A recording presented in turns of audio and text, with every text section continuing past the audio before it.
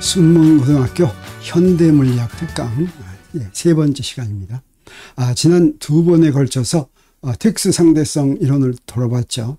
첫 번째 시간에는 광속불변, 두 번째 시간에는 4차원 시공간이라고 하는 제목으로 특수상대성 이론을 돌아봤습니다.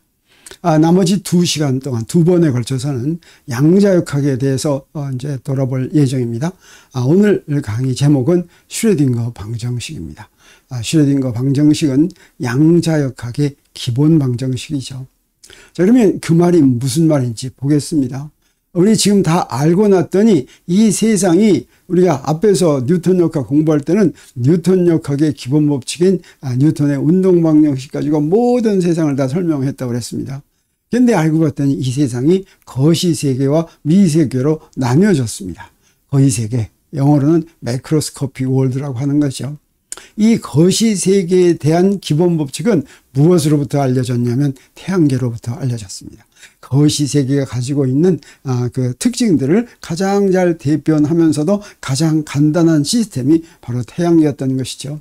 이 태양계는 무엇 때문에 그 시스템을 만들고 있다는 게 밝혀졌냐면 만유인력 때문이죠. 그리고 이 태양계에 있는 행성들의 운동을 설명하는 게 바로 뭐였습니까? 뉴턴 역학이었습니다. 그리고 뉴턴 역학에서 이용하는 게 바로 이 뉴턴의 운동 방정식인데, 뉴턴의 운동 방정식은 태양계의 행성들뿐만 아니라 당시의 모든 자연의 현상, 그걸 다 이제 설명할 수 있다는 게 밝혀졌습니다. 그런데 20세기가 들어오면서 어땠다는 것입니까? 이게 성립하지 않는 그런 세계가 있었는데, 그게 바로 우리가 미세계, 마이크로스코픽 월드라고 부르는 세계입니다. 마치 거시세계에서 태양계처럼 미시세계의 법칙을 우리 인간이 깨닫게 해주고, 또 미세계의 가장 간단한 시스템의 특징을 가지고 있는 게 무엇이냐면 바로 수소원자입니다. 수소원자 문제를 해결하면서 미세계의 그걸 밝혀냈다. 우리 이렇게 얘기할 수가 있는데, 우리 태양계에 있는 행성들은 만유인력에 의해서 시스템을 이루고 있다고 한다면, 수소원자는 또는 수소원자뿐 아니라 물질을 구성하고 있는 원자는 무엇 때문에 구성이 되냐면 바로 이 전기력 때문에 구성되는 거죠. 그리고 거시세계의 운동 법칙과 미세계의 운동 법칙이 다른 이유도 바로 거시세계는 만유인력 에 의해서 또 미세계는 전기력에 의해서 동작되는 세상이다 라고 하는 걸 알 수 있습니다. 그리고 결국 우리가 무엇을 알게 됐어요? 수소원자를 비롯한 모든 물질의 내부 세상을 이해할 수 있게 되는데, 그걸 이해하게 해주는 것이 양자역학이고, 이때 기본 법칙이 바로 슈레딩거 방정식이고, 오늘 이 슈레딩거 방정식이 어떻게 나오게 됐는지까지 우리가 공부하려고 합니다. 그러면 먼저 우리 19세기 말로 돌아가 보겠습니다. 19세기 말이 어떻습니까? 17세기에 뉴턴의 운동 법칙이 나왔습니다. 그리고 18세기에 쿨롱 법칙이 나오고, 19세기 이르면서 전자기학 법칙들이 다 이루어졌죠. 그래서 뉴턴 역학은 무엇으로 간단히 얘기할 수가 있냐면, 1687년에 발표된 뉴턴의 저서 프린시피아가 바로 뉴턴 역학을 처음 우리한테 알려준 것이다, 이렇게 얘기할 수 있습니다. 그리고 18세기부터 19세기까지 쭉 여러 사람들에 의해서 발전되어 온 전자기학은 마침내 19세기에 1873년에 발표된 맥스웰의 전자기학이라는 책, 영어 제목은 A Treatise on Electricity and Magnetism인데, 이 책에 다 이제 정리됐다고 할 수가 있습니다. 그래서 이렇게 19세기 말에 이르러 뉴턴 역학과 전자기학이 정립됨으로써 사람들은 어떻게 생각했냐면, 바로 이 두 가지를 가지면 어떤 자연현상이든지 완벽하게 설명할 수 있을 것으로 그렇게 믿었던 것이죠. 그런데 이제 무슨 일이 벌어졌습니까? 이때도 사실 사람들이 어떻게 생각했냐면, 인간이 알 수 없는, 19세기까지만 하더라도 신이 굉장히 큰 비중을 차지하고 있었습니다. 인간은 도저히 알 수 없는 세상이 있었을 거다라고 생각을 했습니다. 그 하나가 바로 뭐냐면 우주 전체입니다. 이 우주 전체를 인간이 이해하기는 어려울 거야. 그 다음에 또 하나는 뭐냐면 물질의 구조입니다. 물질 안에 이제 19세기 말에 원자로 이루어질 것으로 원자로 이루어져 있다고 생각하는 많은 증거들이 나왔는데 그 원자 속은 인간이 모를 거야 이렇게 생각을 했습니다. 그러다가 무슨 일이 벌어지냐면 원자 속에 들어있는 무엇인가를 발견하는 실험이 나오죠. 그게 유명한 러더포드의 원자핵 발견입니다. 러더포드는 영국의 학자죠. 그리고 1908년에 이제 원자핵 발견이 아니라 다른 이제 업적으로 노벨 화학상을 받았는데 1911년에 이런 실험, 금을 얇게 핀 금박에다가 그 알파선을 보내는 실험을 통해서 그 원자 속에 양전하는 굉장히 작은 그 위치에 다 밀집되어 있다라고 하는 걸 발견을 했습니다. 이 금을 이용한 이유는 이제 그 알파선이 이 원자 속을 지나서 나오는 걸 이제 관찰을 해야지 될 텐데, 그래서 금이 가장 얇게 어느 정도냐면 원자가 한 층으로 쭉 배열할 정도로 얇게 이제 넓힐 수 있는 물질이 뭐라고 생각했냐면 금이라고 생각했죠. 금은 잘 펴지죠. 그래서 아주 얇게 핀 다음에 여기서 알파선을 보내는데 이 알파선은 굉장히 에너지가 크기 때문에 당시에 어떻게 생각했냐면 마치 휴지, 창호지 같은 그런 종이에 대포알을 쏟는 그런 비유로 얘기하자면 그럴 정도로 이 알파선이 이 금박을 지나갈 때는 어떻게 하면 그냥 통과해야 될 거라고 생각했습니다. 그런데 몇 개는 어떤 게 있었냐면 여기서 되돌려서 돌아가는 그런 게 있었죠. 그건 어떻게 생각할 수밖에 없었냐면 원자 속에 들어있는 양전하가 그 전에 이 러더포드 원자 모형이 나오기 전에는 러더포드의 이제 그 스승인 톰슨의 원자 모형이 있었죠. 그 톰슨은 양전하가 구름처럼 원자 전체에 퍼져 있을 거다 이렇게 생각을 했었죠. 근데 그렇게 있으면 안 되고 굉장히 좁은 어느 정도냐면 지름이 있으면 그 지름의 10만 분의 1 정도의 작은 크기의 양전하가 전부 몰려 있어야 된다. 그래야지 쿨롱 법칙에 의해서 굉장히 큰 반발력이 이 알파선에 작용해가지고 알파선이 되돌아올 수 있다라고 생각했죠. 근데 그렇게 된다면 이제 문제였습니다. 이 양전하가 원자 전체에 퍼져 있을 때는 전자들이 그 안에 콕콕 박혀 있으면 됐는데 양전하가 전부 가운데 있다고 하면 그러면 양전하가 음전하를 갖는 전자를 끌어다닐 테니까 요거 조금만 있으면 다 이제 그 원자핵 속에 부딪히죠. 원자핵 속으로 끌려 들어가죠. 그러면 어떻게 됩니까? 원자가 쪼그라드는 셈입니다. 그래서 원자가 불안정할 테니까 러더포드는 어떻게 생각했냐면 그 원자들이 원자핵 주위에서 회전할 거다 이렇게 생각했습니다. 그러면 이제 안정된 원자를 만들 수 있을까? 이제 이렇게 얘기하는 것이 바로 러더포드의 원자 모형인데, 근데 이 러더포드의 원자 모형도 안정된 원자를 만들 수 없다고 하는 걸 바로 알 수 있었어요. 그건 바로 왜 그러냐면 전자기하에 의할 것 같으면 이런 원운동을 하는 전하는 바로 바깥으로 전자기파라고 하는 에너지를 내보내야 됩니다. 그 에너지는 전자의 운동 에너지에서 나가니까 전자의 운동 에너지가 줄어들면 작은 원을 그리게 되고, 그래서 이렇게 나선형을 그리면서 원자핵으로 떨어지는 것은 움직이지 않을 때 떨어지는 거나 마찬가지다라고 하는 거죠. 그래서 이렇게 전자기파를 방출해 가지고 운동 에너지가 감소되면 전부 다 전자들이 전부 다 원자핵으로 빠져 들어가야 되니까 그런 러더포드의 원자 모형도 문제가 있는데, 당시에 알고 있는 고전역학과 전자기하로는 이런 모형밖에는 세울 수가 없었죠. 떨어지지 않으려면 마치 태양 주위의 행성들이 돌듯이 원자핵 주위에서 전자가 돌아야지만 된다고 하는 그런 게 있었죠. 그래서 여기서부터 우리 뭘 알게 됐냐면 이 러더포드의 원자 모형은 당시 알고 있는 역학과 전자기학만으로는 원자 내부의 현상을 설명하지 못한다라고 하는 사실을 알게 된 계기가 됐습니다. 그래서 이제 원자 속은 어떻게 설명하지 하는 그런 문제를 이제 얻었는데, 그 말은 무슨 얘기입니까? 자, 이제 우리 자료가 뭐밖에 없었냐면 지금 원자 속에 원자핵이 있다는 것만 알죠. 자, 그러면 그 안에 어떻게 되어 있는지를 알려면 더 많은 자료가 필요하다라고 하는 걸 알게 됐습니다.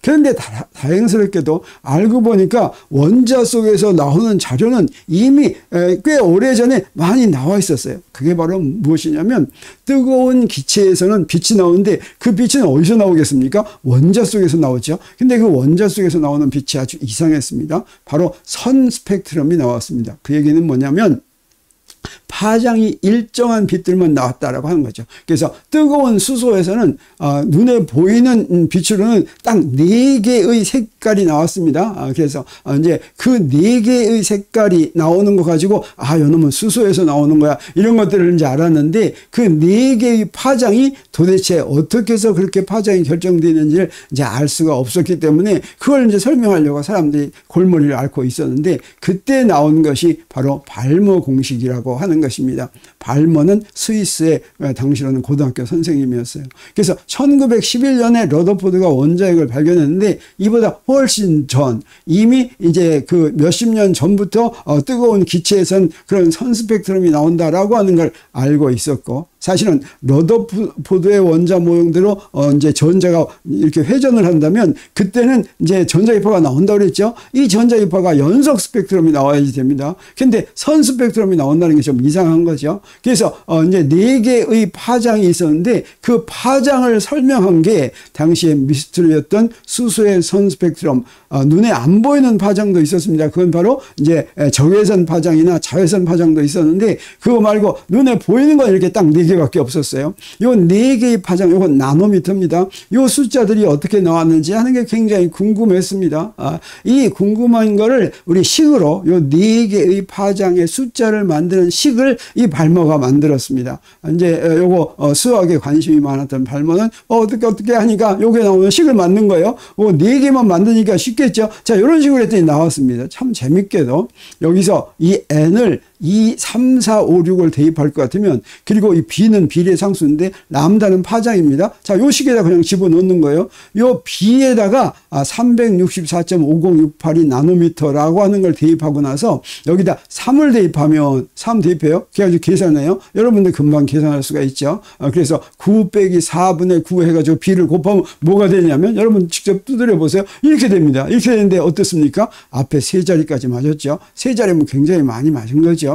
그리고 4를 대입해서 계산해 보면 뭐가 나오냐면 이렇게 나옵니다. 또 이 3자리까지 맞췄죠. 자, 요거 맞춘 것도 굉장한 겁니다. 그리고 5를 대입하면 어떻게 돼요? 자, 요것도 맞췄습니다. 6을 대입하면 어떻게 돼요? 이렇게 5하고 6을 대입하면 4자리까지 맞는데 좀 굉장하죠. 이 식이 굉장히 무언가 좀 무슨 이유가 있을 것 같은 이런 생각이 들죠. 그렇지만 이 식이 왜 성립하는지는, 왜 이런 거를 이제 이렇게 하는지는 도저히 알 수가 없었던 것이죠. 근데 이걸로 끝나고 말았으면 그냥 이제 그 이상한 일도 있고 참 발머 공식이 참 이런 것도 하는구나 했을 텐데, 요거를 이용해서 다른 공식을 만든 사람이 있습니다. 이 사람은 스웨덴의 물리학자인데 리드베리 공식을 발머 공식으로 만들었습니다. 1911년이 러더포드가 원자핵 발견한 때죠. 1885년이 발머 공식이 나온 거죠. 그리고 그로부터 3년 후 이렇게 만들었어요. 발머 공식을 어떻게 만들었냐면, 요 공식을 요런 꼴로 바꿨었습니다. 그냥 람다분의 1 이렇게 해서 이렇게 바꿔 쓴 거예요. 이걸 그냥 이대로 바꾼 겁니다.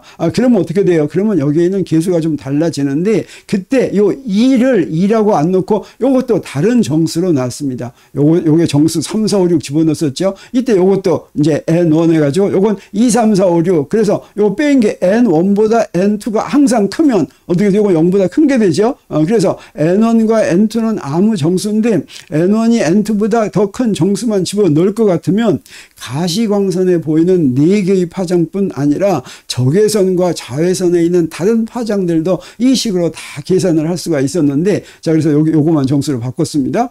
근데 이때 요 상수가 있어야 되겠죠. 요 상수는 어떤 상수를 이용하면 됐냐면, 딱 요렇게 1.09678 곱하기 10의 마이너스 2승 나노미터 인버스. 요거는 그냥 람다분의 1 하니까 거리분의 1인 상수가 돼야 되겠어요. 자, 이런 상수만 이용할 것 같으면 전부 다 수소 원자에서 나오는 선 스펙트럼 파장은 전부 알 수가 있었는데, 그런데 이것도 어떻습니까? 이 식이 왜 성립하는지는 이제 알 수가 없었던 거죠. 참 이상하구나. 리드베리 공식이 수소 원자에서 나오는 그 빛은 전부 다 설명하는데, 그러면 이 식이 어떻습니까? 이 식이 수소 원자 내부와 뭔가 연관이 있기는 하겠다라고 하는 예상은 우리가 할 수가 있죠. 그러고 나서 또 어떤 일이 벌어지냐면, 양자역학의 아버지라고 하는 플랑크가 굉장히 중요한 업적을 쌓았습니다. 그래서 1911년에 무슨 일이 있었어요? 원자핵이 나왔죠. 그리고 발머 공식, 그 다음에 리드베리 공식이 나왔죠. 그리고 나서 2년 후 1900년에 이 플랑크는 이제 박사학위를 받고 나서 막 연구를 좀 멋있는 연구를 해야 될 텐데 연구할 자료를 찾고 있다가 딱 아주 재미있는 게 하나 나왔어요. 그게 바로 뭐냐면 흑체 복사 곡선이라고 하는 것입니다.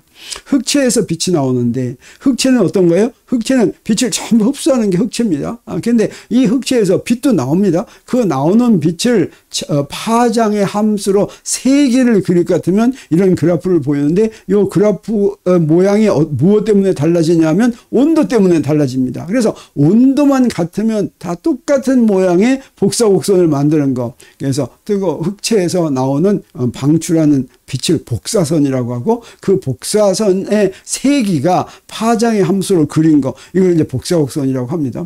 근데 이 복사곡선이 온도만 정해지면 복사곡선의 모양이 딱 정해지니까 이건 물리적으로 간단하게 이걸 기술하는 식을 만들 수가 있어야 될 텐데 그걸 만들지 못하고 있었습니다. 이때 이제 플랑크가 그걸 만든 거죠. 이걸 만들면서 어떤 결과를 얻었냐면 에너지가 연속적인 값을 갖지 못하고 HF의 정수배, F는 나오는 빛의 진동수입니다. 그리고 H는 작은 상수입니다. 이것도 플랑크가 발견한 상수여가지고 플랑크 상수다라고 하는 것인데 요 놈의 정수배가 되어야지만 이제 요 식을 만들 수가 있다.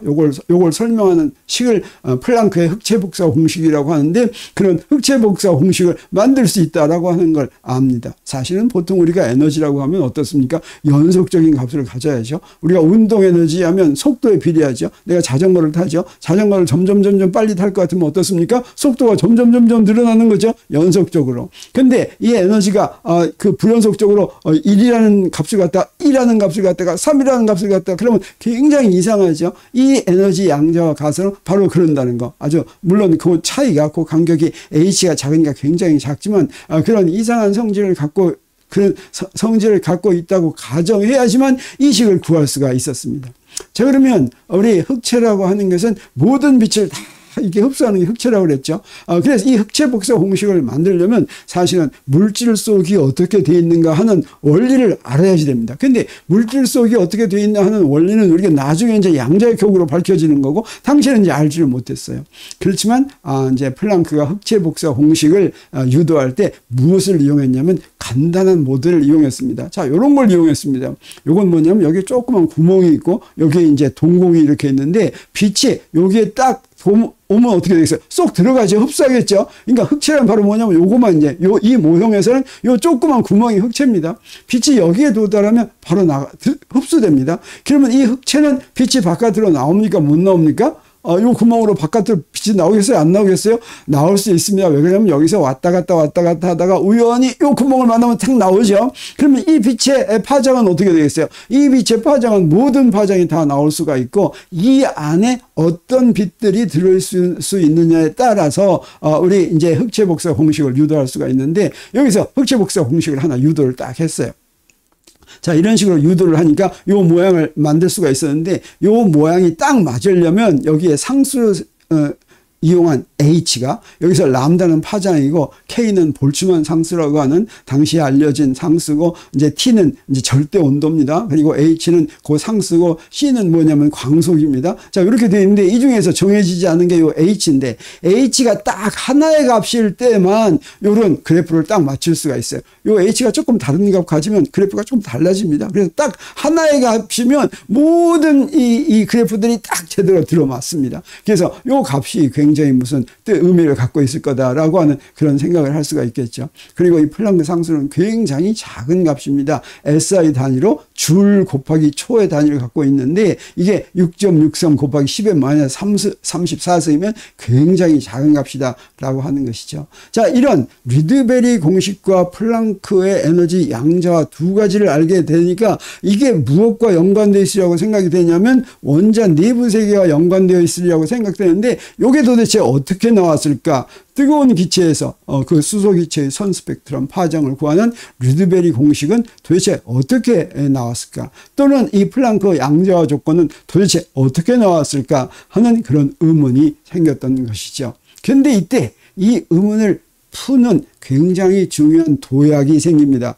근데 그 도약이 완전한 도약은 못 됩니다. 그게 바로 누구로부터 생기냐면 유명한 보어라고 하는 이제 양자역학을 만든 이제 학자입니다. 보어의 수소 원자 모형이 굉장히 유명하죠. 보어도 이 수소 원자 모형을 가지고 1922년에 노벨 물리학상을 받았는데 어떻습니까? 1885년이 무슨 일? 발머 공식, 리드베리 공식, 그 다음에 에너지 양자화 공식, 그렇죠? 그 다음에 1911년은 뭐가 됩니까?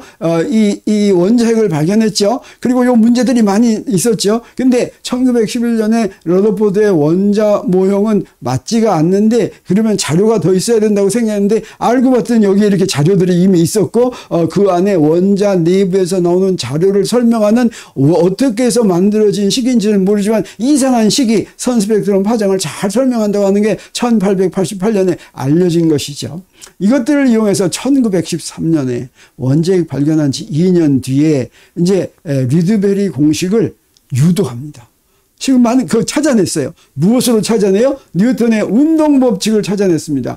운동법칙을 이용해서. 근데 세 가지 조건을 이용했어요. 그 세 가지 조건은 왜 성립하는지는 모르지만 우리가 지금 관찰해 보면 그렇게 되니까 그렇게 된다고 가정한 것입니다. 그렇게 가정하면 뉴턴의 운동법칙을 이용을 해가지고 리드베리 공식이 나온다고 하는 거죠. 그러면 그 세 가지 법칙은 바로 뭐냐면 자 원자 속에 전자가 원자 핵주위를 돈다. 근데 돌면 어떤다고 그랬어요? 전자기표가 나온다고 그랬죠? 근데 거기에 특별한 궤도가 있다. 그 특별한 궤도에서는 전자기표가 안 나온다. 왜 안 나와? 모른다. 이거 안 나온다고 가정하는 겁니다. 안 나오니까 그냥 안 나온다고 가정하는 거죠. 그래서 이런 특별한 궤도가 있는데 나오기도 하죠. 어떤 경우 나옵니까? 선스펙트럼 나오죠. 딱 일정한 파장만 나오죠. 그건 언제 나오느냐? 그건 이 궤도에 한 궤도에서 다른 궤도로 전자가 움직일 때는 그 에너지 차이가 HF와 같은 값을 가지고 나온다라고 하는 거죠. 자, 그래서 요거 에너지 양자화를 여기다 이용합니다. 그것도 왜 이러냐? 그건 모르죠. 그러면 이 궤도를 어떻게 정하는지 그게 또 문제죠. 이 궤도는 어떻게 정하냐면 여기서 이렇게 나오는데 이 궤도는 이 전자의 각운동량이 H바는 H를 2분의 2파이로 나눈 거예요. 2파이로 나눈 게 하도 많아서 요 바를 가지고 그렇게 표시합니다. 그래서 H바 그러면 H를 2파이로 나눈 거, 람다 바 그러면 파장을 2파이로 나눈 거, C바 그러면 광석을 2파이로 나눈 거, 요 바가 바로 그런 뜻입니다. 그래서 H를 2파이로 나눈 것에 정수배로와 같으면 각운동량이 정수배와 같으면 원운동을 하는 것의 각운동량은 질량 곱하기 속력 곱하기 반지름입니다. 그게 이제 각운동량인데 이 각운동량의 각운동량이 H바의 정수배가 같으면 이런 궤도, 전자기표가 안 나오는 궤도를 만족한다는 이 세 가지 가정이 맞다고 생각하면 뉴턴의 운동법칙부터 리드베리 공식이 나오는 거예요. 그게 이제 보어의 수소 모형인데 그럼 여러분도 어떻습니까? 한번 나오는 거 보고 싶습니까? 어렵지 않습니다. 한번 보기로 하겠습니다. 그래서 보어의 수소 원자 모형에서 리드베리 공식을 한번 구해보기로 하겠습니다. 먼저 뭘 이용하겠어요? 뉴턴의 운동법칙 적용하려면 전자를 원자핵이 잡아다니는 힘 이용해야 되겠죠? 그럼 우리가 잘 아는 쿨롱 힘이죠. 여기 마이너스는 지금 원의 중심을 향한다라고 하는 거고 이게 이제 쿨롱 법칙입니다. 그리고 이제 F는 MA의 가속도를 해야 될 텐데 가속도는 뭐예요? 원운동하는 거죠. 자, 원운동하면 구심 가속도죠. 구심 가속도는 뭐가 됩니까? 마이너스 R분의 V제곱. 그러면 F는 MA에다가 이제 집어넣으면 되죠. 이때 M은 뭐야 되겠어요? 전자의 질량이면 되죠. 그래서 요 F에다가 요 F 집어넣고 A에다 요걸 집어넣으면 자, 요런 게 되는데 여기서부터 우리 뭘 구할 수가 있습니까? 요거 풀면 요 속력을 이제 요걸로 이제 풀 수가 있죠. 자, 이렇게 속력을 풀었습니다. 근데 우리 이제 두 번째 가정을 이용하려고 합니다. 각운동량이 H바의 정수바다. 그래서 각운동량을 먼저 구하려면 각운동량은 이렇게 구하는 데다가 M 곱하고 R 곱하면 되죠. 여기다 M 곱하면 그 분모에 있는 게 위로 올라오겠어요. 여기다 M 곱했으니까. 또 R 곱해도 올라오죠. 그래서 그렇게 하면 여기서 이렇게 M도 올라오고 R도 이렇게 올라왔습니다. 요게 뭐하고 같아요? 요게 세 번째 가정 NH바와 같다 그래야 되죠. 그래서 요게 NH바와 같다고 하면 우리 이걸 풀면 어떻게 돼요? 반지름이 N에 의해서 결정됩니다. 그래서 이렇게 반지름 N에 의해서. 그래서 모든 반지름이 다 가능한 게 아니라 이렇게 구한 반지름만 전자가 회전하더라도 전자기파를 안 내보낸다라고 하는 반지름을 이렇게 딱 구했습니다. 자, 자, 이렇게 구하면 이 반지름에서 움직이는 속력을 또 구할 수 있습니다. 어디서부터 구할 수 있어요? 자, 여기다 뉴턴의 운동 법칙에 다시 대입해요. 그러면 이 반지름에서 돌 때 요 속력이 바로 그 속력이 되겠죠. 이 반지름의 궤도를 도는 속력이 되겠어요. 그래서 여기서부터 우리 뭘 구할 수가 있냐면, 자, 여기서 딱 볼 것 같으면 m이가 있으니까 양변에 r을 곱하고 2로 나눌 것 같으면 여기서부터 운동 에너지의 모양을 이렇게 딱 구할 수가 있습니다. 이 운동 에너지 모양 구한 건 바로 뭐냐면 전자의 에너지는 역학적 에너지가 되겠어요. 그래서 반지름이 rn인 궤도의 에너지는 운동 에너지 더하기 포텐셜 에너지죠. 그러면 만유인력 전기력 포텐셜 에너지는 여기서 마이너스가 되어 있습니다. 이 Z하고 QQ 프라임이 마이너스니까. 그래서 요걸 구하는데 저 VN 제곱에다가 뭘 집어넣으면 요걸 집어넣으면 되겠어요. 자, 그래서 요거 운동 에너지는 요거 갖다 여기다 이렇게 딱 집어넣습니다. 그러면 어떻게 돼요? 요거 R만으로 이렇게 딱 표시가 되죠. 그러면 이게 무슨 얘기예요? 이 에너지도 n번째 궤도의 에너지도 이렇게 표시됐으니까 우리 Rn 알고 있던 걸 집어넣어요. 요걸 아까 Rn 구해놓은 거 있죠? 이걸 집어넣으면 이렇게 됩니다. 그러면 에너지가 바로 이 n의 함수를 이렇게 주어졌으니까 우리 보호의 과정 두 번째 거 씁니다. 두 번째 거 쓰면 N1 궤도에서 N2 궤도로 움직일 것 같으면 전자기파가 나오는데 그건 바로 딱 파장이 정해진 거가 되겠죠. 파장이 정해진 그런 선 스펙트럼이 나오는데 그거 우리가 어떻게 구하면 되겠어요? 자, 두 번째 가정 E' 빼기 E는 HF인데 이 HF는 F는 람다분의 C 이렇게 되죠. 여기에서 C는 그 광속은 파장 곱하기 진동수니까 HF는 H 람다분의 C 이렇게 되겠습니다. 그럼 여기서부터 H분의 람다 C는 어떻게 하면 되겠어요? N 프라임 빼기 EN 그러면 되겠어요? 그걸 여기다 그대로 씁니다. 그래서 여기서 구한 거 그대로 쓰면 어떻게 돼요? 이렇게 나왔는데 이게 바로 뭐와 같아요? 이게 바로 르드베리 공식과 같죠. 그러니까 이 앞에 있는 게 이게 뭐겠어요? 이게 바로 르드베리 상수죠. 그러면 이 르드베리 상수를 이제 우리가 알고 있는 플랑크 상수, 광속, 그다음에 여기다 전제 질량 이런 걸 이렇게 대입할 것 같으면 그건 뭔가 구할 수 있죠? 다 계산을 했습니다. 그런데 아까 리드베리가 이용한 건 뭐냐면 딱 이렇게 됐어요. 리드베리가 이용한 거 어떻습니까? 굉장히 똑같죠. 그래서 리드베리 공식이 어떻게 나왔는지 하는 거 알아냈습니다. 이 리드베리 상수까지도 완벽하게 맞게 이렇게 구한 거죠. 그래서 우리 문제를 다 풀었습니까? 안 풀었습니까?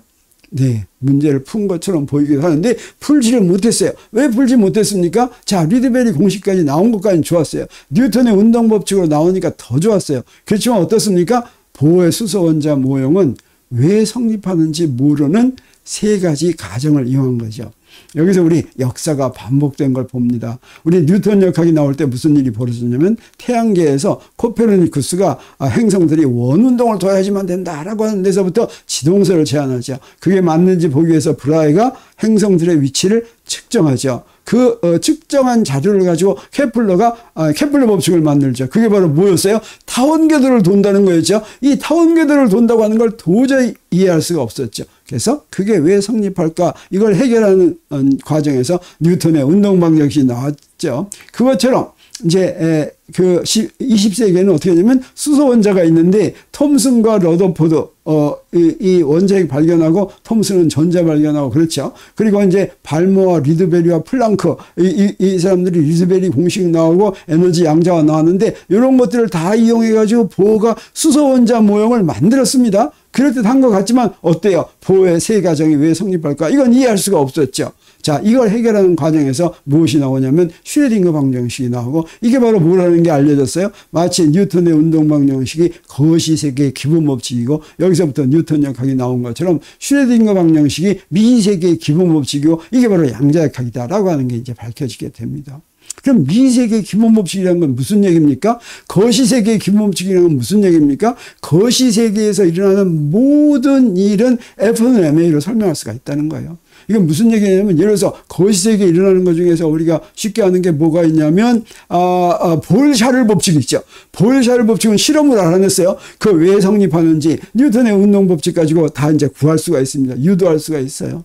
그리고 이제 유체가 흘러갈 때는 베르누이 방정식이 있죠. 이 베르누이 방정식은 사실은 뉴턴 역학이 나온 다음이지만 베르누이가 실험에 의해서 찾아냈습니다. 근데 이것도 뉴턴 역학을 적용할 것 같으면 유도해낼 수가 있습니다. 파스칼 원리도 유도할 수가 있습니다. 그래서 우리 주위에 일어나는 현상을 설명하는 어떤 법칙이 있다면 그 법칙이 왜 성립하는지는 다 뉴턴의 운동 법칙으로 증명할 수가 있습니다. 자, 슈레딩거 방정식의 기본 법칙이라고 하는 것은 물질의 구조에 관한 원자 속에 들어있는 전자들의 움직임에 관한 어떤 모든 현상들이 있다면 그건 어떤 것이나 이 양자역학으로 슈레딩거 방정식으로 기본적으로 전부 다 해결할 수 있다라고 하는 게 이게 미세계의 기본 법칙이다라고 하는 뜻입니다. 이게 나오기까지는 이제 무슨 과정을 거치냐면 이제 입자 파동 이중성의 과정을 거칩니다. 그 말은 뭐냐면 미세계는 그 거시세계하고 완전히 다르다.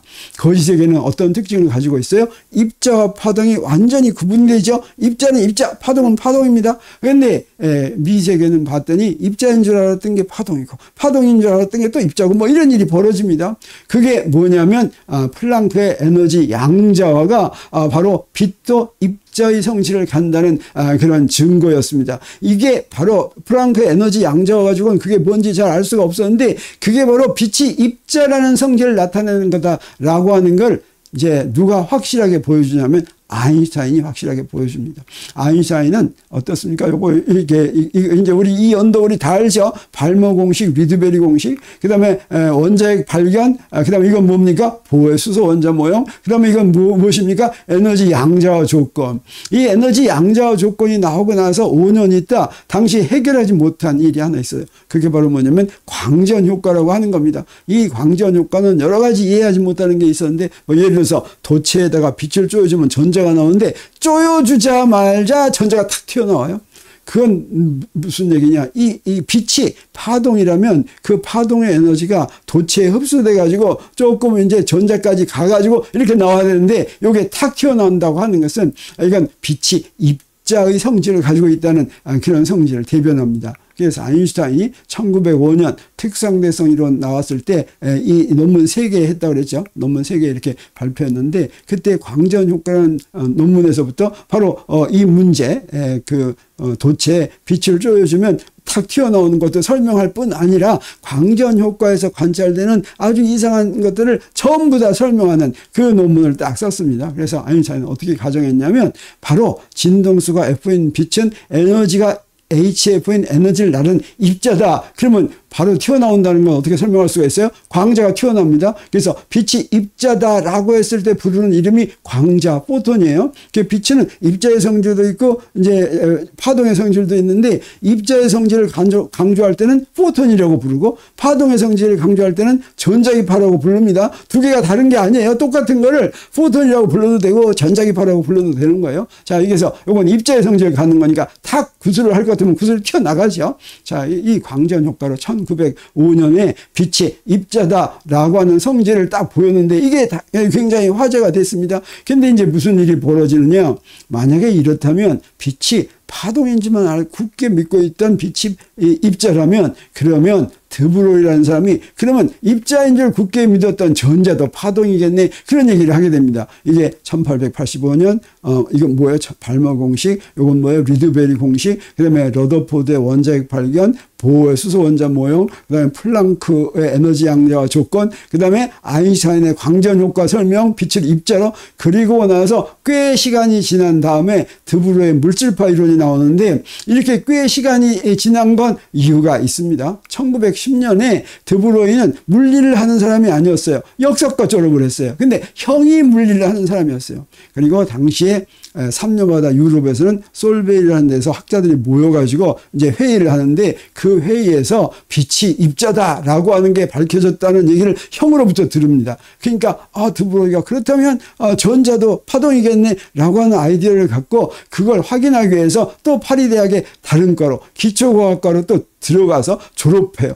그리고 그거 가지고 논문까지 씁니다. 이게 이제 물질파 이론이라는 거예요. 그래가지고 박사학위를 받는데 그로부터 5년 있다 노벨상 받죠. 자, 이걸 논문으로 썼더니 사람들이 실험하는 사람들이 전자를 결정체에다 보냈더니 실제로 저기에 간섭무늬가 나왔어요. 이거는 전자가 진짜로 파동이다라고 하는 증거가 된 겁니다. 그래서 그 실험이 나온 뒤에 바로 노벨상을 받았어요. 자, 그러면 무슨 얘기를 했냐면 우리 상대성 이론에서 에너지와 선운동량과 정지질량 사이의 관계 유명한 게 있는데 빛의 경우에는 정지질량이 0이어가지고 저 식에서부터 어떤 식이 성립하면 E는 PC가 성립합니다. 그리고 에너지 양자와 공식이 있어요. 그래서 요걸 여기다 집어넣을 것 같으면 P는 C분의 2인데 여기다가 또 C는 E는 HF를 여기다 집어넣습니다.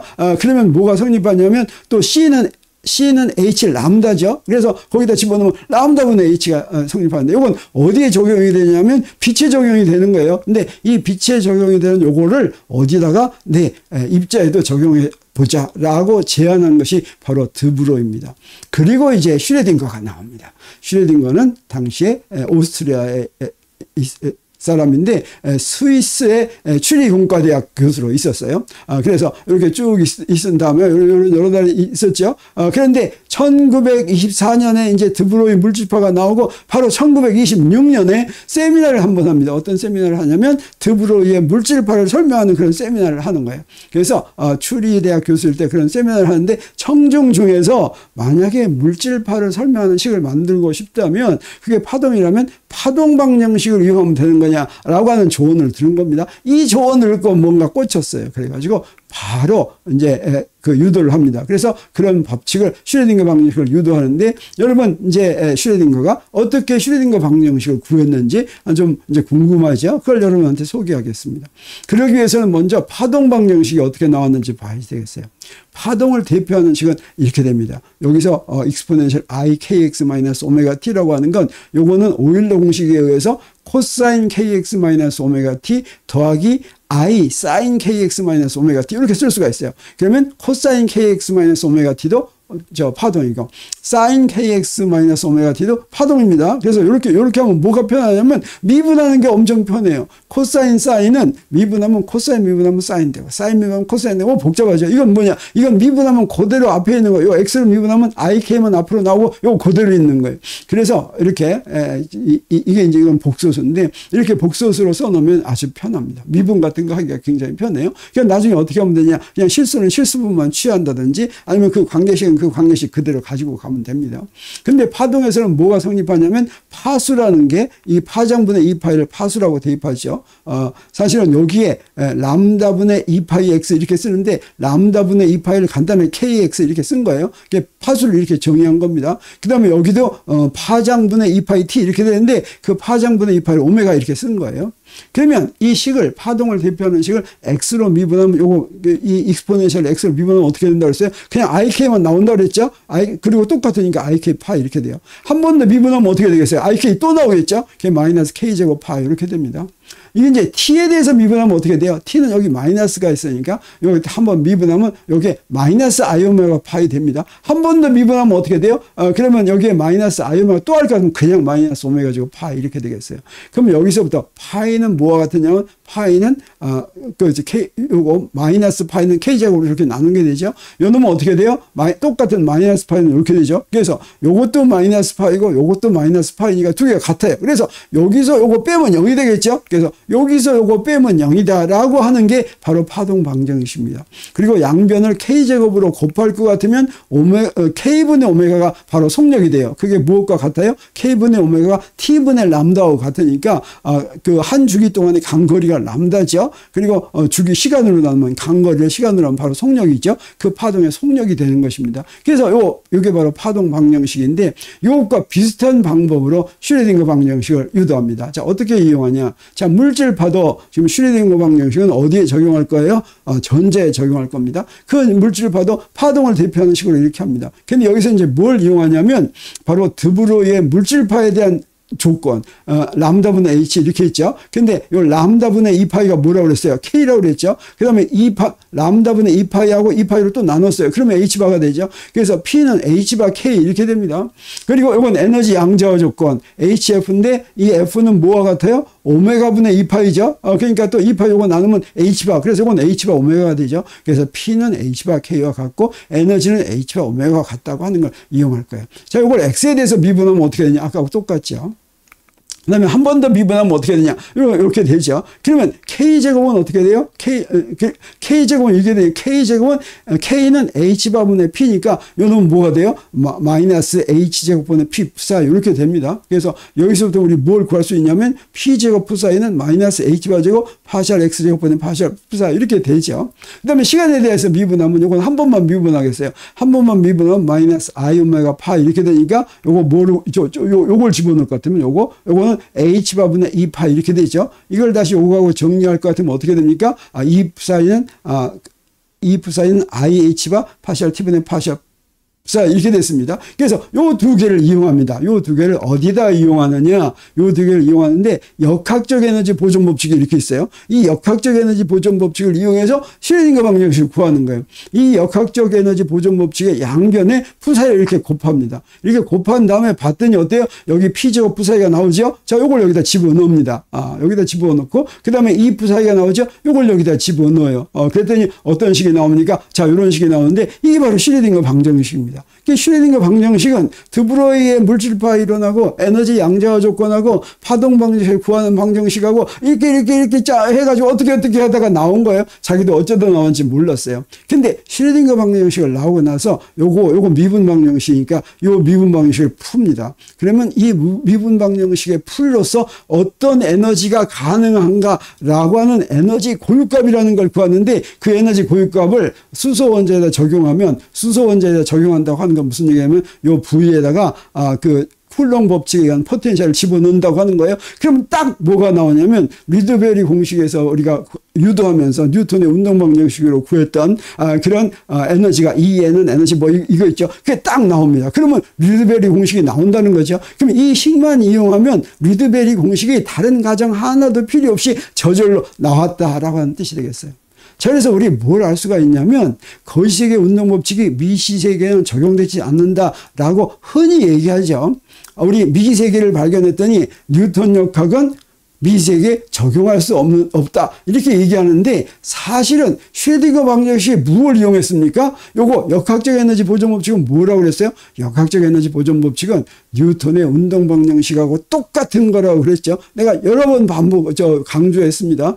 이 뉴턴의 운동 법칙하고 똑같은 걸 이용을 해서 바로 슈레딩거 방정식을 이용했다라고 하는 걸 우리가 알 수가 있고, 그래서 거시세계에 적용된 물리학으로 미세계를 설명하지 못하는 것은 운동 법칙이 달라서 뉴턴의 운동 방정식이 아닌 다른 방정식이 이제 미세계의 기본 방정식이기 때문이 아니라 그 방정식을 적용하는 방법이 다르다라고 하는 것입니다. 그래서 미세계를 설명하는 방법은 거시세계를 설명하는 방법과 같아야 되는데 그렇게 같은 이유로 우리가 들 수 있는 게 뭐냐면 불확정성 원리와 입자파동 이중성입니다. 이건 바로 뭘 얘기하느냐?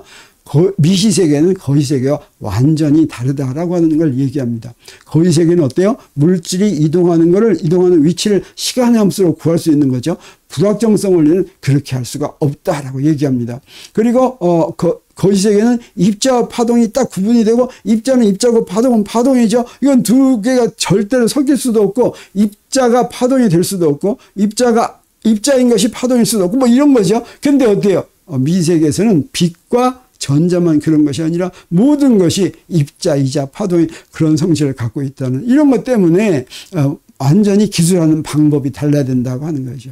그래서 이걸 이제 자세하게 배우려면 이제 많이 배워야 되겠지만 핵심만 이용한다면 이렇습니다. 거시세계와 미시세계를 볼 것 같으면 자, 거시세계와 미시세계가 있는데 거시세계의 특징은 뭐냐? 우리가 볼 수 있다고 하는 겁니다. 관찰할 수 있다. 근데 미세계는 어떠냐? 미세계 속은 관찰할 수가 없고 우리가 미세계에 대한 정보를 뭘로 얻었어요? 뭘로 얻었냐면 선스펙트럼으로 얻었죠. 그럼 미세계에 있는 놈이 바깥으로 거시세계로 바깥으로 나왔을 때 측정해가지고 요 사실 가지고 이 안에 있는 걸 우리가 추정을 해야 되는 겁니다. 볼 수 없는 세계를 우리가 설명하는 그런 이론을 만들어야지만 된다. 그리고 또 하나 불확정성 원리에서부터 알고 있는 것처럼 물리량을 바로 시간의 함수로 구할 수 있다. 이건 무슨 말입니까? 위치 벡터를 시간의 함수로 구하면 그걸 한번 미분하면 속도가 되고 거기다 질량 곱하면 운동량이 되고 거기다 어쩌고 하면 운동 에너지가 되고 거기다 또 포텐셜 에너지를 더하면 또 뭐가 되고 이렇게 모든 걸 다 구할 수가 있다는 거죠. 근데 어떻습니까? 여기는 불확정성 원리에 의해서 물리량을 시간의 함수로 구할 수가 없다고 있다고 하는 것입니다. 그래서 여기는 바로 위치 벡터로 물리량을 바로 구할 수가 있다면 미세계에서는 어떻게 하느냐? 그걸 바로 구할 수가 없고, 여기 위치 벡터가 모든 그 입자에 대한 모든 정보를 다 가지고 있는데 그 모든 정보를 다 가지고 있는 캣 벡터라고 하는 걸 도입하고, 그 다음에 그 캣 벡터에서 물리량을 측정하는 것을, 측정하는 동작을 하는 것을 하나 만들고 그걸 연산자라고 합니다. 특히 미세계에 있는 건 측정하면 대상 자체가 바뀝니다. 전자를 측정하려고 광자를 보내면 광자하고 충돌한 전자는 다른 데로 가죠. 원래 있던 데가 있지 않고. 그래서 전자의 위치와 속도를 알려고 보면 그 위치와 속도가 달라지는 겁니다. 그래서 보는 그 관찰하는 것도 내가 지금 위치를 관찰하고 싶다, 운동량을 관찰하고 싶다 그러면 그런 관찰을 하는 것을 연산자, 이 연산자는 무슨 역할을 하냐면 캣 벡터에 적용을 하는 그런 역할을 합니다. 그러면 이 두 개를 가지고 기대값을 구하면 그 기대값을 가지고 이제 물리량과 비교하는데, 이 물리량은 이제 유클리드 공간에서 구하고, 이 유클리드 공간은 바로 무엇입니까? 우리가 이제 물체가 도는 그런 거시세계 공간이죠. 여기는 추상적인 공간에서 이용합니다. 추상적인 힐버트 공간에서 이런 것들을 구해가지고 구하는데, 이때 물리량에 대응하는 게 바로 뭐냐면 이 두 개로부터 구한 기대값입니다. 이 기대값이 물리량에 대응하는 것인데, 여기 캣 벡터라는 것과 연산자라는 것을 양자역학에서는 새로 도입한다. 그래서 여기서 이 유클리드 공간이 있다면 유클리드 공간 대신에 추상적인 힐버트 공간에서 이런 것들이 이제 존재합니다. 그러면 힐버트 공간에서 캣 벡터와 연산자가 존재한다고 하는 게 무슨 말인지를 알아야 되겠죠. 그 말을 어디서부터 이제 그 일반화시키냐면 바로 유클리드 공간에 물리량을 구한다. 물리량이 있다. 유클리드 공간에서 물체가 이제 움직인다라고 하는 걸 그대로 이쪽으로 갖고 와서 이것들을 설명하는 방법을 보겠습니다.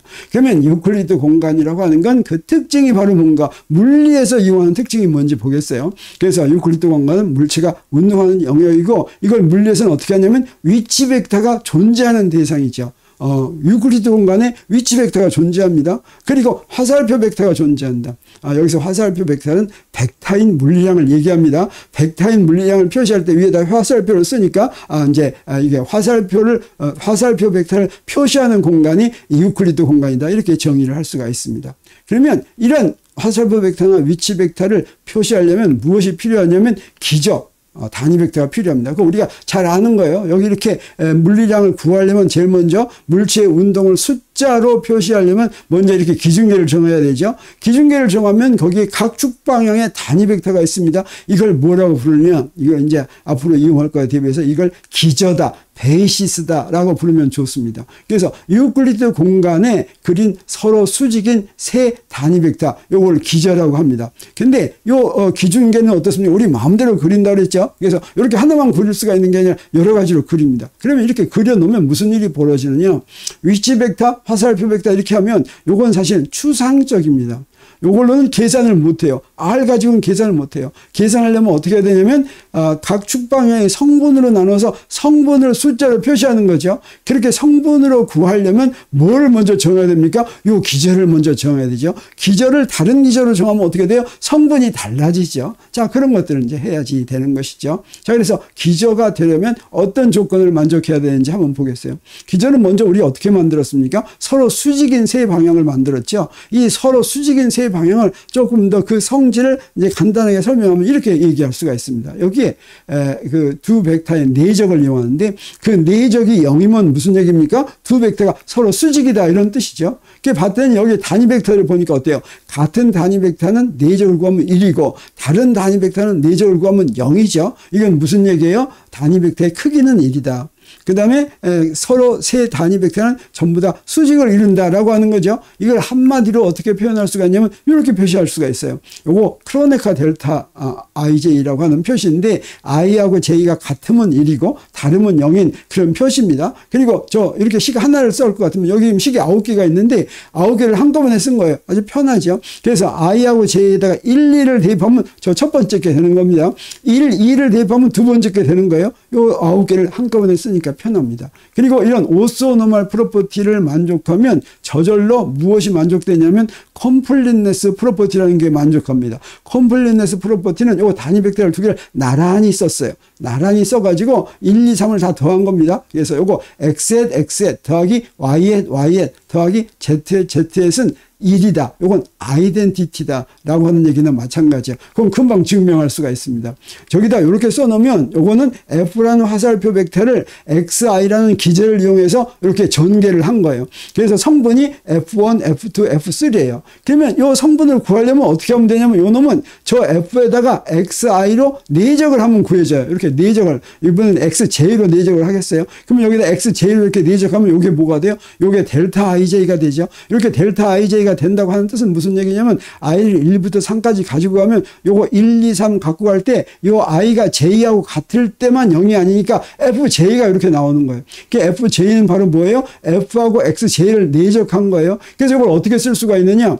여기다가 XI 햇 곱하기 FI였죠. 그 FI는 F를 XI로 내적한 것인데 가로를 이렇게 쳤어요. 가로를 이렇게 치니까 어떻게 돼요? 여기 F 있고 저기 F 있죠. 그러니까 이건 뭐야 되겠어요? 요건 1이어야지 되겠죠. 그래서 요건 1이다. 요게 바로 컴플리트네스 프로퍼티입니다. 그래서 이 기저가 오소노멀 프로퍼티를 만족하면 저절로 컴플리트네스 프로퍼티를 만족하는데 기저가 정해지면 이 오소노멀 프로퍼티와 컴플리트네스 프로퍼티를 적절히 이용해 가지고 우리 여러 가지 관계식을 구할 수가 있다고 하는 거죠. 그래서 이 I는 아이덴티티 연산자인데 그래서 거시세계와 미세계를 우리가 설명할 때 어떻게 하냐면 화살표 벡터가 이렇게 있어요. 이 화살표 벡터는 유클리드 공간에 속한다고 그랬죠. 이때 우리 캣 벡터 아까 새로 도입한 거 있죠. 이 캣 벡터가 힐버트 공간에 속한 벡터다. 그리고 이 화살표 벡터 중에서 위치 벡터라는 게 있어요. 이 위치 벡터는 운동 법칙의 풀이죠. 똑같은 벡터인데 특별히 운동 법칙의 풀이다 그러면 이게 바로 위치 벡터입니다. 이 위치 벡터는 어떤 특징을 가지고 있다고 그랬어요? 대상 물체에 대한 모든 정보를 포함한다라고 했죠. 이거와 마찬가지로 캣 벡터 중에서 상태 벡터라는 걸 정의합니다. 요 이름이에요. 그냥 요것도 캣 벡터인데 이게 상태 벡터라는 건 운동 법칙의 풀이가 되는 거다. 그리고 운동 법칙의 풀이인 상태 벡터는 무슨 일을 하겠어요? 대상 물체에 대한 모든 정보를 포함한다라고 하는 거죠. 그리고 이런 위치 벡터를 뭐 미분하고 어쩌고 해가지고 모든 물리량을 구했죠. 그래가지고 그 위치 벡터로부터 모든 물리량을 시간의 함수로 구하는데 여기서는 그렇게 할 수가 없다고 그랬어요. 먼저 물리량에 대응하는 연산자를 정해야 된다고 그랬죠. 그래서 그 연산자를 가지고 이런 기대값을 정합니다. 이 기대값이 바로 물리량에 대응하다 하는 것이다 라고 하는 얘기를 할 수가 있겠어요. 근데 여기서 우리 물리량에 대응하는 건 요 기대값인데 물리량을 우리가 직접 측정하는 겁니다. 측정하지 않는 거, 다시 말하면 연산자나 캣 벡터나 상태 벡터 이런 거는 측정하는 게 아니에요. 이 상태 벡터하고 연산자는. 그래서 미세계에서 이런 거를 기저로 대표할 때 복소수로 대표해도 됩니다. 이 말은 무슨 얘기예요? 복소수. 또는 허수는 어떤 거예요? 존재하지 않는 거죠. 그래서 양자역학의 이론을 만드는데 거기에 복소수가 들어가요. 측정하지 않는 거는 실제와 관계가 없는 건 전부 복소수가 들어갑니다. 그래서 측정하는 실체와 관계가 없는 건 전부 복소수로 대표한다라고 하는 것이죠.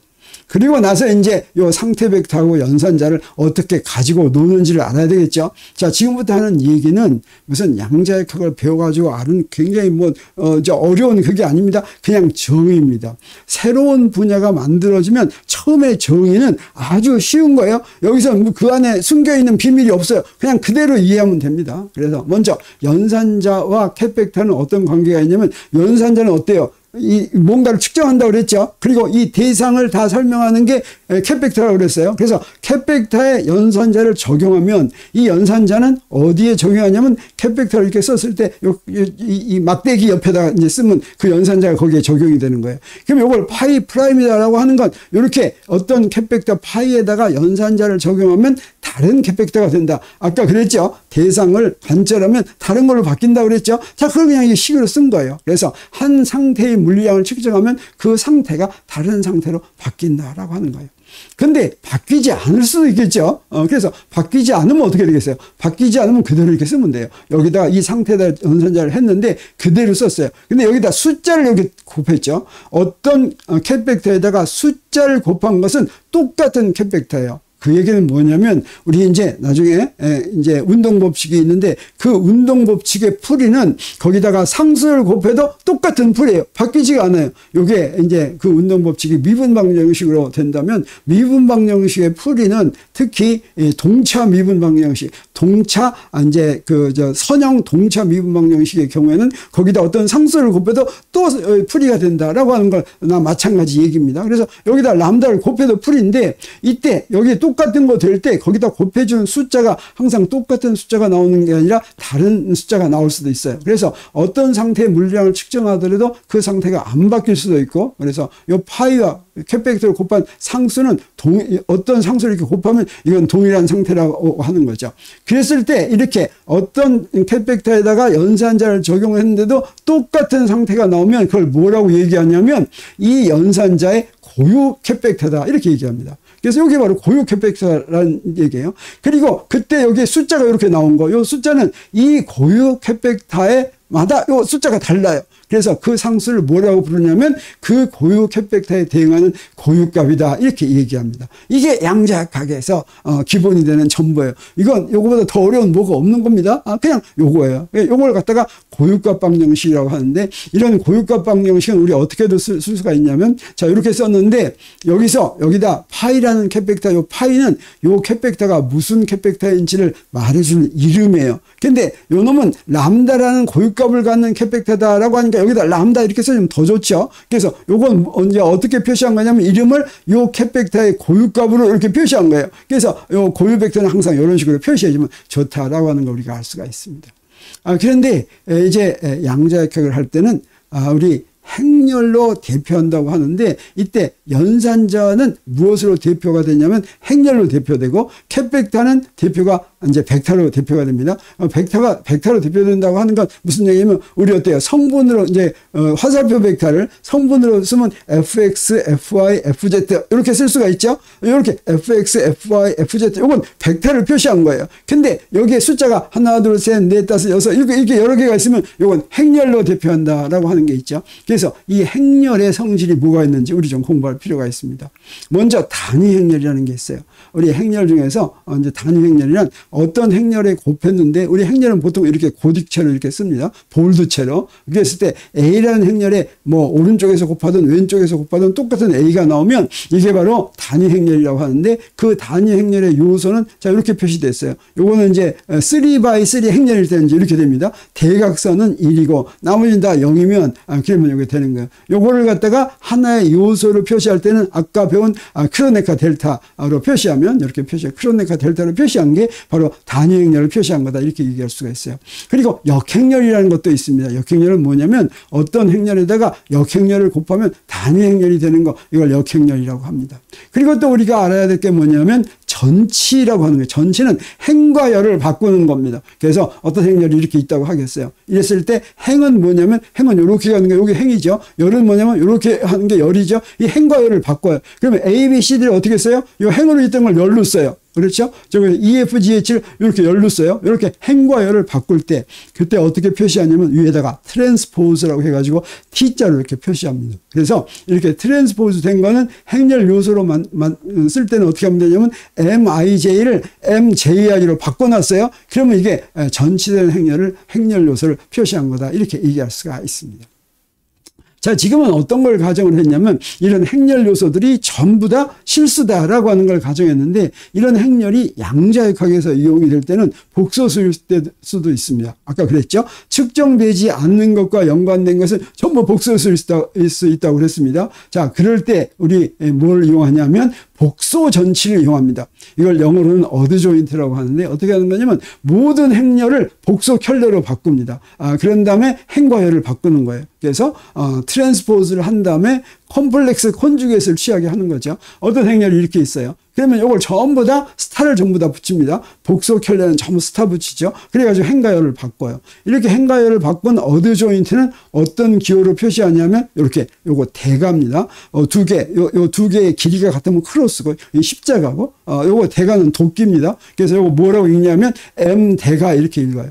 M 대가는 복소 전치된 행렬, M을 복소 전치해서 만든 거다. 이렇게 해석하면 됩니다. 그랬을 때 이걸 이용을 해서 행렬 중에서 특징을 갖는 특별한 행렬을 정의할 수가 있는데, 대칭 행렬과 이제 허미시한 행렬을 정의할 수가 있는데, 이건 어떤 거냐면 요거 트랜스포즈를 시키면 원래 처음 행렬하고 같은 거, 요걸 대칭 행렬이라고 합니다. 어떻게 하면 이렇게 되겠어요? 저것도 ABCD고 아래도 ABCD면 행과 열을 바꿔도 똑같겠죠. 요 EFG고 EFG면, 자, 이렇게 행과 열을 똑같은 거, 이걸 행렬 요소로 쓰면 어떻게 하면 JI는 IJ와 같으면 이게 바로 대칭 행렬이 되겠어요. 이 대칭 행렬이 중요한 이유는 물리량으로 대표되는, 우리 고전 물리학에서도 어떤 양이 이제 물리량이 행렬로 대표되면 그 행렬은 반드시 대칭 행렬이 되게 돼 있습니다.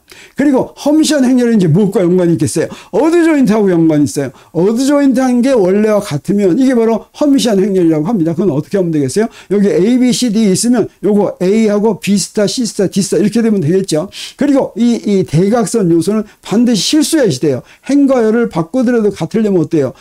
그 복소 켤레로 만든다음에도 같으려면 실수밖에 없죠. 그래서 여기 가운데는 실수다라고 하는 것이고, 요소를 쓰면 이렇게 되는데, 요건 양자역학의 연산자는 반드시 허미시한 행렬이어야지 된다라고 하는 거죠. 그리고 이제 그 다음에 우리 바로는 안 나오지만 직교 행렬이라는 게 있는데, 직교 행렬은 어떻게 되는 거냐면 트랜스포즈 한 게 역행렬이 되는 경우에요. 그래서 트랜스포즈하고 원래 행렬하고 하면 아이덴티티가 되는 거죠. 그걸 요소로 표시하면 이렇게 표시할 수가 있는데, 이렇게 표시하는 거, 이게 바로 직교 행렬이고, 그 다음에 유니타리 행렬이 있어요. 그 행렬 요소가 이제 복소수일 때 직교 행렬과 같은 거, 그건 어떻게 정의가 되겠어요? 그렇죠. 어드 조인트를 취한 게 바로 인버스가 되는 거예요. 그래서 어떤 놈을 어드 조인트 취한 거하고 원래하고 곱하면 아이덴티티가 되는 것이고, 이걸 갖다 행렬 요소로 쓰면 이렇게 쓸 수가 있다고 하는 거죠. 자, 이렇게 행렬을 정의를 했을 때, 양자역학에서 나오는 연산자의 이름도 바로 이 이름들, 허미시한 연산자, 유니타리 연산자, 이런 말을 그대로 써요. 그건 왜 그러느냐? 또는 그 연산자의 어드 조인트를 구한다, 뭐 이런 말을 써요. 왜 그러냐면 연산자는 행렬로 대표되는데 그 대표된 행렬의 성질에 따라서 이름을 같이 씁니다. 그래서 물리에서 자주 이용되는 행렬은 대칭 행렬, 아까 그랬죠? 대칭 행렬하고 허미시한 행렬이라고 그랬어요. 요거는 물리량에 이용이 된다고 했습니다.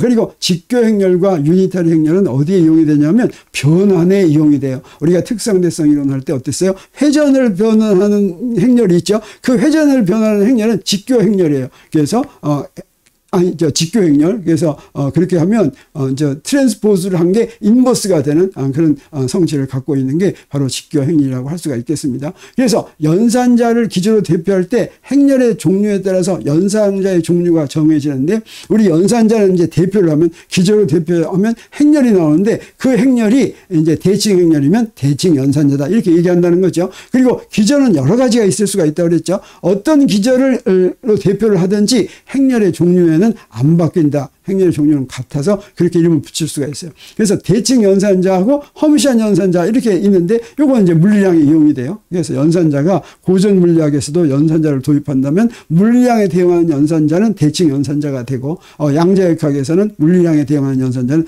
허미시한 연산자다. 그리고 직교 연산자, 유니타리 연산자, 이건 변환에 이용이 된다, 이렇게 얘기할 수가 있겠어요. 자, 그리고 나서 이제 이런 이제 행렬이나 또는 연산자를 두 개를 곱할 때 그걸 푸는 방법이 뭐가 있냐면, 여기 행렬과 연산자로 나눈다면 우리 행렬은 A하고 B라는 벡터를 곱한 걸 어드 조인트를 취하면 순서를 바꾼 다음에 어드 조인트를 취해야지 돼요. 연산자도 마찬가지예요. A라는 연산자를 B라는 캡 벡터 했는데 그 전체 연산자를 취하면 요거 순서를 바꾸면 이 캡 벡터의 어드 조인트는 요렇게 생긴 거예요. 요걸 이제 브라 벡터라고 이렇게 불러요. 그래서 캡 벡터는 브라 벡터가 되고, 요 놈은 뭐가 되냐? 그건 어드 조인트가 이렇게 되는 거예요. 그래서 이렇게 다른 것들도 다 이런 식으로 이렇게 대표를 한다. 이런 것들이 이제 나중에 우리가 이용이 됩니다. 그리고 나서 허미시한 연산자는 물리량을 대표한다고 그랬죠. 이 허미시한 연산자가 두 가지 중요한 성질을 갖고 있습니다. 첫 번째 성질이 뭐냐면, 허미시한 연산자는 그 고유값이 반드시 실수다라고 하는 거예요. 이걸 바로 허미시한 연산자 이 정의로부터 바로 정의할 수가 있는데, 이 허미시한 연산자에 대한 고유값 방정식을 이렇게 씁니다. 그래서 이 알파는 허미시한 연산자의 고유 벡터고 그 고유값이 람다다라고 하는 식이 되겠어요. 이걸 어떻게 쓰느냐? 양변에다가 알파라는 불알을 이렇게 곱하겠어요. 불알을 곱하면 요거는 이제 상순위가 앞으로 튀어나왔어요. 그리고 나서 어떻게 하느냐? 이 양변의 어드 조인트를 구하는데, 양변의 어드 조인트 구하는 건 아까 한 대로 하면 되죠. 순서를 바꿨어요. 순서를 바꾸면 요 두 개가 똑같으니까 어떻게 되겠어요? 자, 이렇게 되겠죠. 그 다음에 요 놈은 뭐가 되냐면 H의 대가가 돼야 되겠죠. 근데 H의 대가는 어때요? 허미시한 연산자니까 똑같다는 거 여기다 이용한 거예요. 자, H의 대가는 H하고 같다라고 하는 걸 이용했어요. 근데 이쪽은 어떻게 되냐? 요거는 대가를 취하면 숫자는 그거의 복속 결례가 돼요. 이렇게 숫자 하나만 있을 때는 요놈은 어때요? 순서 바꿨더니 그대로 있는 거죠. 그러면 이건 어때요? 좌변만 같죠. 그래서 1식에서 2식을 빼면 우리 어떤 식을 구하냐면 좌변은 0인데 우변에서부터 알파하고 알파 사이에 고분 요거 있으니까 람다 빼기 람다 스타 이렇게 되죠. 근데 요건 뭐냐면 고유 벡터의 크기가 되겠어요. 어떤 벡터의 내적은 이게 내적인데 내적은 그 벡터의 크기의 제곱이죠. 이 크기는 어떤 벡터가 이제 크기가 0이면 그 벡터가 없는 거예요. 그래서 이런 고유 벡터가 있다면 이 크기는 절대로 0이 아니죠. 그럼 어떻게 되면 되겠어요? 람다 빼기 람다 스타가 0이 돼야 되겠죠. 그건 무슨 얘기예요? 그건 고유값이 실수다라는 뜻이 됩니다. 이렇게 해서 허미시한 연산자는 고유값이 실수다. 그 다음에 또 하나의 성질이 있어요. 그건 바로 뭐냐면 서로 다른 고유값에 대응하는 고유 벡터는 직교한다. 자, 이걸 또 무엇을 이용해요? 아까 그 허미시한 연산자의 성질만 가지고 이용합니다. 그래서 여기에 고유 벡터 두 개를 쓰겠어요. 하나는 고유값이 람다 1이고 다른 하나는 고유값이 람다 2인 그런 식을 써가지고 첫 번째 시계는 어떻게 어드 조인트를 구한 다음에 알파 1을 곱하겠어요. 그리고 나서 요건 허미시한이라는 걸 이용을 했고 요거는 이제 고유값이 실수니까 원래는 어드 조인트를 취하면 람다 1 스타 이렇게 되니까 실수니까 람다 1 이렇게 썼어요. 그리고 이제 두 번째 식에다가 그냥 알파 1을 곱했어요. 자, 이렇게 곱하니까 어떻게 돼요? 좌변은 같죠. 또 뺐어요. 빼니까 어떻게 됩니까? 여기 람다 1 빼기 람다 2 하고서 알파 1, 알파 2 이렇게 됐죠. 근데 아까 조건이 뭐예요? 서로 다른 고유값에 대응하는 고유 벡터는 직교한다라고 그랬죠. 그러면 요건 0이 아니에요. 람다 1하고 람다 2는 뺀 건 0이 아니니까 뭐가 0이어야 되겠어요? 요게 0이어야지만 되죠. 이 얘기는 뭐냐면 람다 1과 람다 2가 직교한다 이런 뜻이 되겠어요. 그래서 이런 허미시한 연산자의 고유 벡터는 직교하니까 이게 바로 무슨 얘기냐면 허미시한 연산자의 고유 벡터가 바로 힐버트 공간의 기저로 이용이 될 수 있다는 그런 얘기가 되겠습니다. 그래서 힐버트 공간을 정의하려면 기저를 알아야 된다고 그랬는데 기저는 뭘로 만들면 돼요? 허미시한 연산자의 고유 벡터로 만들면 돼요. 근데 허미시한 연산자는 바로 뭐예요? 물리량을 대표하는 연산자죠. 그래서 물리량을 대표하는 연산자의 고유 벡터가 힐버트 공간의 기저가 될 수 있다라고 하는 뜻이 되겠어요. 자, 그러면 유클리드 공간에서는 뭐라고 했습니까? 화살표 F를 표시하는 공간이라고 그랬죠. 힐버트 공간은 바로 뭐예요? 캡 벡터나 연산자를 표시하는 공간이 되겠어요. 이건 어떻게 하면 돼요? 기저를 정하면 되죠. 여기서도 이제 기저 정할 수가 있게 됐어요. 바로 그 기저가 뭐라고 그랬어요? 물리량을 대표하는 연산자의 고유 캡 벡터가 기저다. 그 기저를 이렇게 쓰겠어요. 그러면 이 기저의 성질이 바로 뭐가 있었어요? 오소노멀 프로퍼티를 만족해야 되죠. 요놈도 어때요? 요 고유 벡터도 오소노멀 프로퍼티를 만족해요. 여기서 요 오소노멀 프로퍼티를 이렇게 만족하죠. 여기 오소노멀 프로퍼티예요. 요건 바로 뭐예요? 컴플리트네스 프로퍼티죠. 요것도 바로 그런 컴플리트네스 프로퍼티를 이렇게 만족한다라고 하는 거죠. 자, 오래 기다렸습니다. 여기까지 하고서 정식으로 슈레딩거 법칙을 앞에서 슈레딩거 방정식을 유도할 때는 어떻게 유도했어요? 어찌어찌 하다 보니까 유도한 것처럼 보이죠. 근데 우리는 어땠습니까? 자, 이제 양자역학의 기본 이론 체계가 만들어졌습니다. 이 양자역학의 기본 이론 체계로부터 우리 슈레딩거 방정식을 정식으로 유도하려고 합니다. 자, 이건 어떻게 하느냐? 자, 거시세계 운동법칙이 있는데 그 거시세계 운동법칙이 바로 미세계 운동법칙이 되는데 거시세계 운동법칙, 우리 뉴턴의 운동방정식을 이렇게 역학적 에너지 보존법칙 모양으로 만들 수가 있죠. 그랬을 때 이 거시세계에서 물리량들 사이의 관계가 이렇게 있으면 이 관계는 양자역학에서 어떻게 이용이 되냐면 그 물리량을 대표하는 연산자들 사이의 관계로 됩니다. 그래서 물리량들 사이의 관계가 있으면 미세계에서는 이것뿐만 아니라 어떤 거든지 그것에 대응하는 연산자들 사이의 관계가 성립한다라고 하는 거예요. 그래서 이렇게 역학적 에너지 보존법칙을 이용하면 미세계에서는 연산자들 사이에 뭐가 성립하냐면 요거 EM분의 EM 요건 상순위가 그대로 있고 P는 선운동량이죠. 선운동량 연산자의 제곱. 더하기 여기 포텐셜 에너지에서 연산자가 뭐가 들어가냐면 위치가 이게 연산자로 들어가요. 나머지는 다 상수입니다. 그리고 이건 에너지 연산자 이렇게 들어가는 거예요. 그래서 미세계의 운동 법칙은 바로 뭐가 되냐면 거시세계의 운동 법칙에서 구한 연산자들 사이의 관계다. 연산자는 뭐라고 그랬어요? 연산자는 캣벡터에다가 적용하는 거라고 그랬죠? 그래서 이렇게 캣벡터에다 이렇게 적용합니다. 캣벡터에 적용하면 이게 바로 운동 법칙이에요. 그래서 이 운동 법칙은 이제 언제나 어떤 기저에서나 설명하는 거다. 마치 F는 ma라고 하는 운동 법칙이 어떤 기저에서나 성립하는데 그게 이제 어떤 기준계를 하나 정했을 때 숫자로 표현할 수가 있고 다른 기준계를 정했을 때 숫자로 표현할 수 있는 것처럼 이거는 기준계와 상관없이 다시 말하면 기저나 상관없이 어떤 기저에서나 성립하는데 그 얘기는 무슨 얘기냐? 거시세계의 운동 법칙은 우리가 뭐라고 얘기할 수가 있냐면 역학적 에너지가 보존되도록 움직여야 된다라고 얘기할 수가 있다면 미세계의 운동 법칙은 우리 뭐라고 얘기하는 거냐면 미세계의 대상은 에너지 연산자의 고유 상태로 존재한다. 바로 이게 이제 성립한다는 뜻이에요. 이런 상태로만 존재한다라고 하는 걸 얘기해 준다고 하는 거죠. 그러면 이게 이제 운동 법칙이니까 이 운동 법칙에서부터 슈레딩거 방정식을 구할 수가 있어야 되겠어요. 자, 이 운동 법칙에서 슈레딩거 방정식을 구한다고 하는 건 무슨 얘기냐? 기저로 대표한다는 거예요.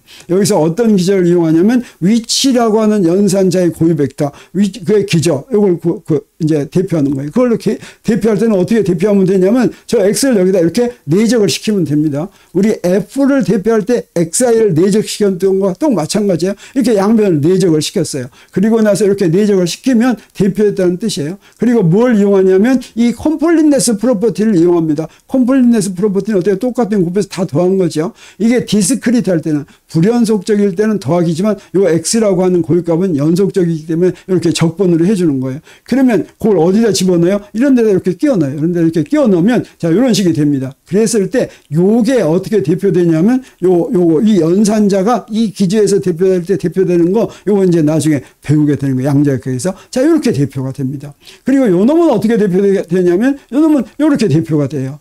그리고 요 놈들은 뭘 얘기하냐면 요거 펫벡터를 요 상태 벡터죠. 상태 벡터를 위치 기저에서 대표한 걸 뭐라고 부르냐면 파동함수다. 이렇게 부르는 겁니다. 그래서 요걸 식으로 써보면 뭐가 돼요? 자, 이렇게 되는 거예요. 이게 바로 뭐예요? 슈레딩거 방정식이죠. 그래서 슈레딩거 방정식을 어떻습니까? 우리 양자역학의 기본 이론으로부터 연산자 사이에 성립하는 운동 법칙을 위치 기저에서 대표했더니 슈레딩거 방정식이 나왔다라고 하는 거죠. 우리가 앞에서 1926년에 슈레딩거 방정식이 나오기 전에 1925년에 양자역학의 기본식이 행렬로 나왔다고 그랬죠. 그래서 그걸 행렬역학이다라고 한다고 했어요. 그 행렬역학은 어떻게 나오냐면 똑같은 운동 법칙인데 그때 기저를 에너지 연산자의 기저로 이용을 할 것 같으면 그러면 하이젠베르크가 유도한 행렬역학 방정식이 나옵니다. 그래서 행렬역학 방정식이나 슈레딩거의 파동역학 방정식이 전부 다 이렇게 연산자로 표현된 기본적인 운동 법칙을 어떤 기저에서 대표하느냐에 따라서 다른 거다라고 하는 것만 이제 여기서 밝혀진 거죠. 이렇게 슈레딩거 법칙에서 나중에 제대로 된 운동 법칙을 이용한 슈레딩거 방정식 유도하는 것까지를 이제 봤습니다.